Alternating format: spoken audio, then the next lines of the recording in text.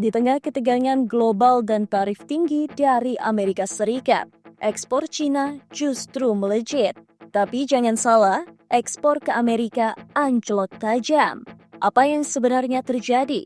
Bagaimana efeknya ke perang dagang global dan ekonomi dunia? Menurut data resmi dari Administrasi Bea Cukai Cina, ekspor negeri tirai bambu naik tajam sebesar 8,1% pada bulan April 2025. Ini jauh di atas ekspektasi para ekonom yang hanya memprediksi kenaikan 2%. Meskipun impor turun tipis 0,2%, Cina berhasil mencatat surplus perdagangan senilai 96 miliar dolar Amerika Serikat. Artinya, Cina tetap menjadi kekuatan besar dalam rantai pasok global meski dibatasi Amerika. Namun, ada satu fakta yang cukup mencolok.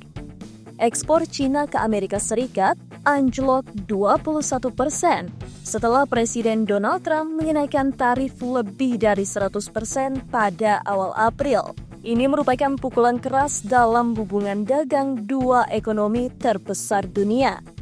Tapi menariknya, penurunan ini tidak membuat ekspor Cina kolaps. Mereka justru mencari pasar alternatif. Sebagai respon cepat, Cina memperluas ekspornya ke wilayah lain. Ekspor ke negara-negara ASEAN naik 21%, sementara ke Uni Eropa naik 8%. Dengan kata lain, Cina sedang mengalihkan pasarnya dari Amerika Serikat ke Asia Tenggara dan Eropa. Strategi ini menunjukkan bagaimana Cina kini semakin bergantung pada permintaan asing, tapi tidak bergantung pada satu negara saja. Bukan hanya ekspor Cina yang terganggu. Impor Cina dari Amerika Serikat juga turun 14% setelah Beijing membalas dengan tarif terhadap barang-barang asal Amerika. Efeknya, banyak produk Cina kehilangan pasar di Cina. Dan analis memperingatkan bahwa jika ini terus berlanjut, volume perdagangan Amerika Serikat Cina bisa jatuh bebas.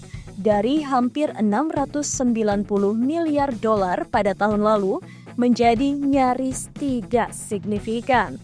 Meskipun ketegangan memuncak, harapan masih ada. Negosiasi dagang pertama antara Amerika Serikat dan Cina di era Trump dijadwalkan berlangsung pada akhir pekan ini, 10 Mei 2025. Delegasi Amerika Serikat dipimpin oleh Menteri Keuangan Scott Bessent, sedangkan dari Cina hadir Wakil Perdana Menteri He Weng. Tapi suasana menjelang pertemuan cukup panas. Trump menegaskan tak akan menurunkan tarif sebagai bagian dari negosiasi.